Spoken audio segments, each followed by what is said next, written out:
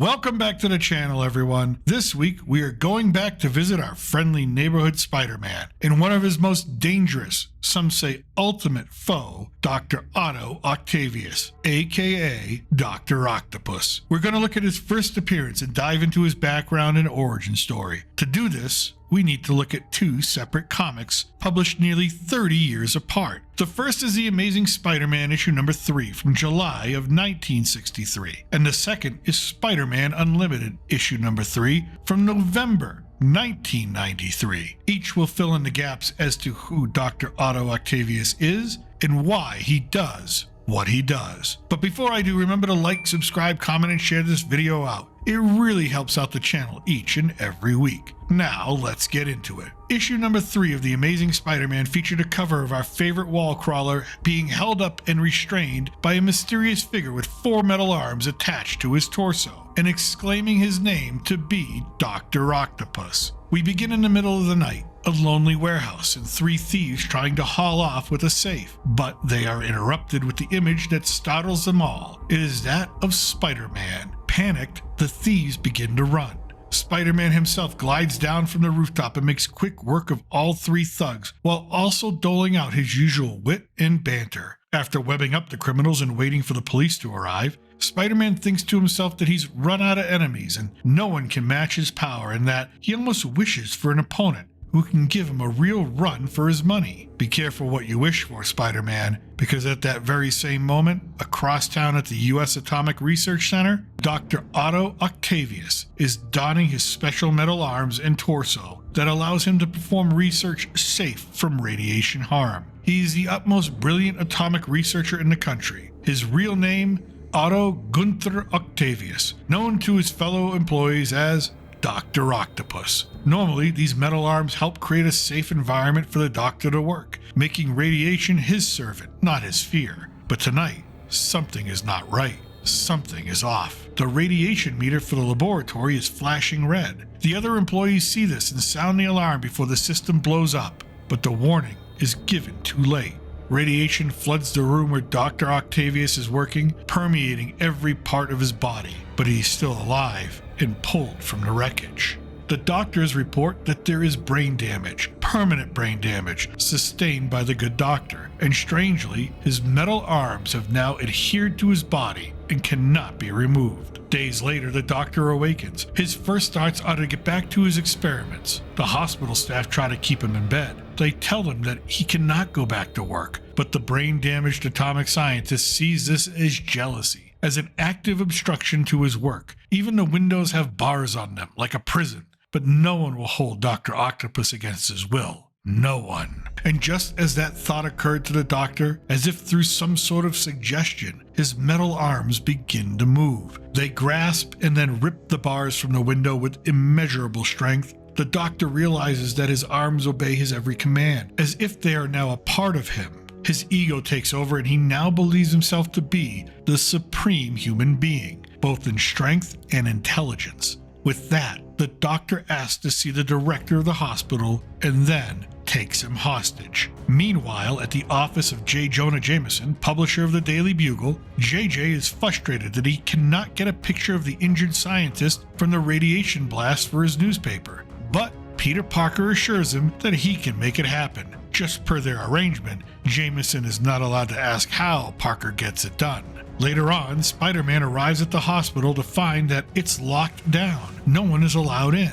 But for Spider-Man, that is not a problem. He leaps the perimeter wall and begins to scale the exterior of the building, all the while still wishing he had something more challenging to do. Just when he gets to the window he wants to peek through, a metal arm comes into his sight and the voice of Doctor Octopus telling everyone to be silent. Peering through the window, Spider-Man is witnessing a strange and unexpected sight. Dr. Octopus is keeping the hospital staff hostage while he completes his experiments. For Spider-Man, he sees that the doctor has lost his mind, and he is hoping for a little bit of action. The hospital director complains a second time, infuriating Doc Ock, who lifts him into the air with his mechanical arms while telling him he has no rights anymore, that these new powers gives him ultimate authority. Doc Ock prepares to throw the director to teach him a lesson, But Spider-Man takes this as his cue to intervene and crashes through the picture window, mouthing his usual quips and barbs, which the Doctor takes as a sign of disrespect. Doc Ock swipes at Spider-Man with his extra limbs, but the wall crawler is too fast at first, telling the Doctor that his flippers are not quick enough to catch him. And that's when one of the metal claws lands a blow to our hero's face, knocking him down. But Spider-Man counters with his webbing, gumming up 2 of Doc Ock's arms, but leaving the other 2 free. In that moment, Spider-Man understands that this new foe is faster than he ever anticipated. Spider-Man is able to hold on to the Doc's other 2 limbs, but learns they are a match for his own superhuman strength. That is, when the unthinkable happens. The 2 arms entangled in webbing manage to snap free. No one has been able to do that before. For the Doc, he has now grown tired of this game. He reaches out with all 4 of his mechanical arms, grips Spider-Man by the wrists and ankles, and leaves him helpless, suspended in the air. The Doc is just toying with him now. He delivers a slap across the wall crawler's face, and then tosses him back out the broken window like a piece of trash. Spider-Man crashes through a tree, which breaks his fall. He's groggy, almost unconscious, but for sure, he has been defeated. Spider-Man regains his balance, shocked at how easily Doc Ock beat him. He never had a chance. The Doctor could have finished him off any time he wanted to. For the first time ever, his spider powers were not enough. Not long after this battle, Doc Ock leaves the hospital, using his arms to rappel down the walls. During his battle with Spider-Man, the prisoners escape and the police will be there soon. He decides to return to the Atomic Research Center, the place of his accident. He uses stealth to enter, avoiding any security. He reaches the brain center of the facility, the greatest source of atomic power on the planet, and he wants it for himself. Using his new arms, Doc Ock unlocks the heavy steel door. Once open, he grabs the 2 men inside and tosses them out with ease. He is determined to show the world that he is the strongest man alive. First, though, he will demonstrate his abilities by destroying part of the research facility and then rebuild it to his liking. He begins by lowering the lead shields, letting deadly radiation escape, causing the rest of the employees to flee in terror. Next, he begins to build the pressure inside the main valves, bringing them to the point of critical mass, the overheating threatening to cause a massive explosion. Security forces in hazmat suits try to reach the Doctor, but he has set up electronic barriers, preventing anyone from interfering with his plans. He is now in complete control. The plant belongs to him. Doc Ock has won. Even the top military minds in the country are stumped. There's nothing they can do except quarantine the plant to keep everyone away. Meanwhile, teenager Peter Parker is moping in his room, depressed about how poorly he performed against Doc Ock. For him, now, Spider-Man is a joke. He tells J. Jonah Jameson that he won't be able to take photographs for him anymore, and even his Aunt May seems helpless to comfort him. Peter decides to just leave and go to school. A distracted and defeated Peter Parker walks his school campus, oblivious to his friends that try to greet him, but he does overhear them when they explain that the governor has asked the Fantastic Four to come to their aid against Doctor Octopus. And even though the First Family of Marvel is busy with another case, they still sent the Human Torch, Johnny Storm, to help out. And he's speaking to the school assembly today as well. During the assembly, the Human Torch tells the kids to never give up, even when things seem too tough, because ability alone is not enough, a lesson he has learned from his partnership with the Fantastic Four. Peter feels as if the Human Torch is talking directly to him. For Peter Parker, it's just the motivation he needs. He thanks Johnny, who pays him little attention, not realizing he is talking to a fellow superhero. Peter races home to change into his outfit. He is determined to go back for more. To avoid the posted sentries, he uses his web to slingshot himself across from a nearby park, through the air, and onto the roof of the research facility. Now to get as close to the Doctor as possible without him detecting anything, but Doc Ock has eyes everywhere. He sees the wall crawler through the security cameras and decides that this time he will finish Spider-Man for good. Doc Ock activates all of the defenses he has in place. The automated machines try to crush Spider-Man from above. Generators fire electric bolts at him as he gets near, but this time, Spider-Man is more focused, his spider sense allowing him to avoid all of the pitfalls. He guesses correctly that Doc Ock must be watching him on camera, so he uses the ceiling to avoid detection, which impresses the Doctor. Maybe Spider-Man is more clever than he thought. No matter, Doc Ock will defeat him with his mechanical arms just like before. But Spider-Man finds what he is looking for, the chem lab, and he begins to concoct a solution, which he then wraps in electrical wiring. As he exits the chemical lab, Doc Ock is waiting for him in the shadows, unseen. With his back turned to him, Doc Ock takes the opportunity to strike, but Spider-Man is ready and avoids most of the heavy blows from the Doctor's arms, except one. But he is still able to wrap one of his hastily constructed devices around two of the lethal limbs. However, he dropped the second device in the process. As Spider-Man dives out of the way, the chemical reaction from his formula dissolves and fuses two of Doc's metal claws together. Still, the Doctor is not concerned. Backed up against the wall, Spider-Man avoids all of Doc Ock's attempts to grab him once again. Instead, using his speed and agility, Spider-Man leverages Doc Ock's two free arms with his legs and one hand, keeping his other hand free to fire a web blast directly into the mad scientist's face. Even though blind, the mechanical arms of Doc Ock continue to pull Spider-Man closer to him. Doc Ock manages to remove the blinding web from his eyes, while Spider-Man restrains his remaining two arms in the air. But this allows Doc Ock to take a free swing at the wall crawler, unable to defend himself without releasing Doc Ock's metal claws. In a moment of desperation, Spider-Man lets go of one of them and delivers a quick and heavy right cross to the Doctor's jaw,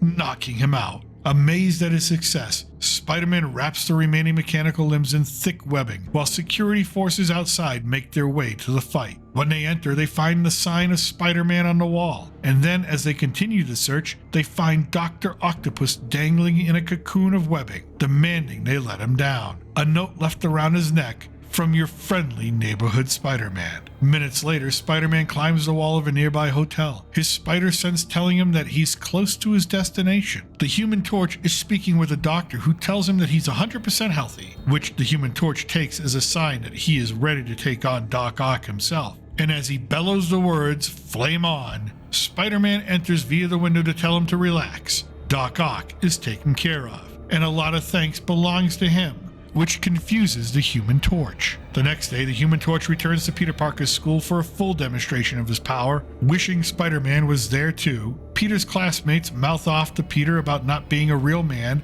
and Peter Parker smiles and responds back that one day he will tell them what's really going on, and it will be a real pleasure. Thus ends issue number 3 and the first appearance of Doc Ock in the Spider-Man universe. But his story is not done. Everyone has a past that shapes them, that makes them who they are. Even Doc Ock. Issue number 3 of Spider-Man Unlimited tells us exactly what made Dr. Otto Octavius the supervillain we know him to be today. We begin with Dilbert Trilby, an obituary writer, in his office, cynically typing up that day's death report. A young intern, Oscar, enters the room with a message from Joe Robertson, the editor. Dilbert then uses the word blank to describe some of the people he's writing about. Oscar asks what that is. Dilbert explains it's someone who did nothing with their lives. Just then the phone rings. It's Joe Robertson with a new assignment, one that excites Dilbert. Seems Doc Ock has just robbed the REBOOT Research Center. Robertson wants Dilbert to update Doc Ock's obituary. Oscar wonders why write an obituary for someone who isn't dead. Dilbert explains that they are always prepared for things like this, only in certain cases. That obituaries are the lifeblood of any newspaper because death sells. Everyone reads the obituaries. Dilbert pulls a file from the cabinet.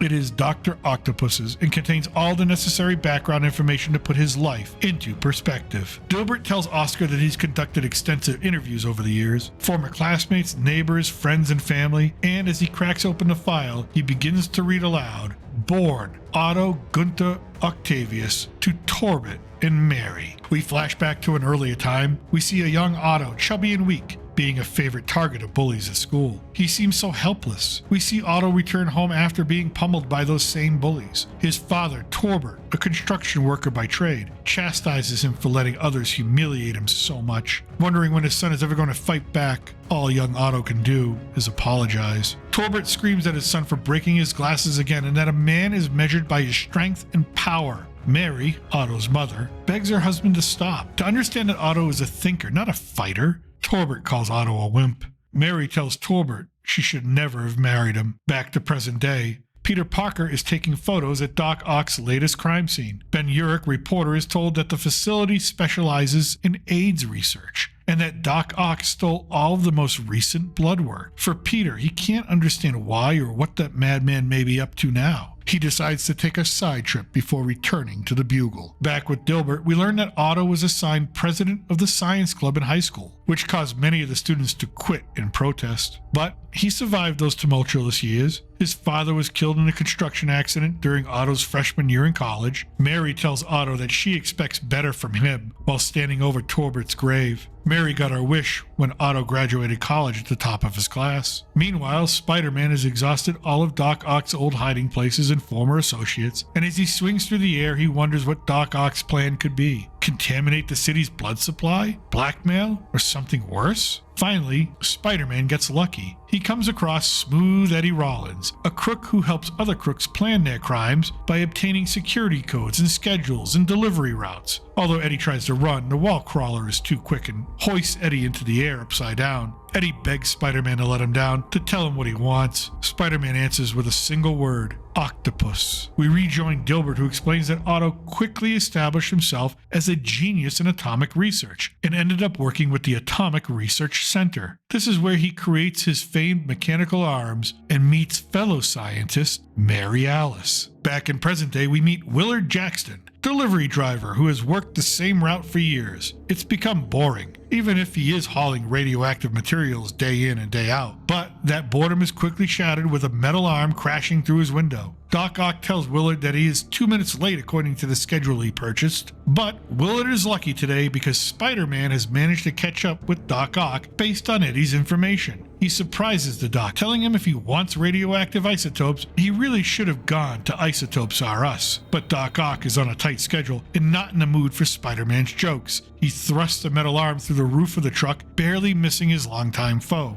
Doc Ock tosses Willard as a distraction to get away. He's on a tight schedule and will not allow himself to be drawn into a meaningless fight. Doc Ock begins to get away, covering 24 feet with every stretch of his metal arms, but Spider-Man is faster. Still, Spider-Man is wondering, what interest does Otto have in AIDS? Does he have the disease? Is he putting himself at risk by fighting Otto right now? After a few solid punches, Doc Ock has had enough. He cannot be delayed. Besides, Spider-Man has no idea what's at stake. Spider-Man then asks the doctor to share it with him, but instead, Doc Ock plunges a metal arm into a now exposed gas pipe. This stops our hero in his tracks. A single spark would ignite the entire neighborhood. For Spider-Man, Doc Ock is insane. For Doc Ock, genius is often reviled by the ignorant. Otto then removes his arm from the gas pipe, explaining a few thousand nobodies dying won't matter at all. Spider-Man has no choice but to let Doc Ock go and seal the gas leak and protect the neighborhood. But that does not mean he cannot attach a spider tracker to the back of our villain. Dilbert explains to Oscar that Otto's relationship with Mary Alice deepened and she consented to being his wife. Otto tells the good news to his mother. However, his mother doesn't take it very well. For her, she has sacrificed everything to take care of Otto, and now it is Otto's turn to take care of her. Unable to console his mother, Otto breaks off his engagement with Mary Alice, going so far as to use his influence to have her fired from the U.S. Atomic Research Center. Beneath the streets of New York City, Doc Ock works on his new endeavor. For him, the isotope must work, if only he can maintain the chemical balance long enough. But in that moment, from out of the darkness, Spider-Man appears and leaps out towards him. As the two battle, Spider-Man attempts to get answers from Doc Ock, but Doc Ock continues to give the silent treatment, unusual for the Doc, who normally likes to display his superior intellect over others. But this time, things are different. Doc Ock simply tells Spider-Man that he will never find out. Never. Even stranger, Doc Ock is still only using 2 arms to fight, the other 2 continuing his experiments. As Spider-Man lands a solid kick to the doctor's face, he quips that whatever it is, it must be real important to you, to which the doctor implies it is, far more than even Spider-Man could ever conceive. Spider-Man even asks the doctor if he was sick himself, to which the doc answers, hardly. Back with Dilbert, he tells Oscar how Otto changed after leaving Mary Alice. He had grown colder and less patient with others, throwing himself back into his work, until one day he came home late to find his mother dressed up for an evening out. She had met a man at the supermarket, and the two had been dating. This enrages Otto. How could she feel entitled to any happiness? What about him? He loved Mary Alice. He could have lived a full and normal life. He could have been happy. But Otto's mother would not have it. She shouted back that she made him who he is today and that he should never raise his voice to her. But years of obesity finally added up. Mary Lavinia Octavius, age 57, died on a Tuesday. Her sole accomplishment in life was to raise a son who would routinely threaten the lives of millions. For the next 3 weeks, Octavius drifted through grief and sadness. He was distracted, even at work. And that's what had happened. The accident that bonded his body to those metal arms, that warped his mind. Some say the warning alarm sounded too late. Others say Octavius never even tried to save himself, resigned to his fate, but now instead being reborn as Doctor Octopus. Back under the city, Spider-Man and Doc Ock continue to battle. The wall crawler doesn't let up with his barbs and his jokes. Octavius's anger rises with each word from Spider-Man's mouth. As Spider-Man displays his acrobatics and agility, the Doc continues to work through his experiment. For Doc Ock, his work is far too important, and that this will finally show the world that he is the greatest genius of them all. Spider-Man continues to wonder what the Doc is doing with infected blood and radioactive material. Making an AIDS bomb? But like everyone else, Doc Ock tells Spider-Man that he has no hope of ever understanding him and that he never did. Spider-Man asks the Doc if he's looking for a cure. The Doc asks Spider-Man if that was the case. Would he even believe him? Then something happens that shocks the wall crawler. Dr. Octopus turns his back on him, the 4 mechanical arms still swinging and trying to hit the spider, but still, he has never turned his back on him before. And as Spider-Man continues to fight through the jungle gym of metal limbs, Doc Ock reaches the critical point in his experiment, and soon it is complete. He only need check the results. Upon seeing them, Otto Octavius utters a single word: no.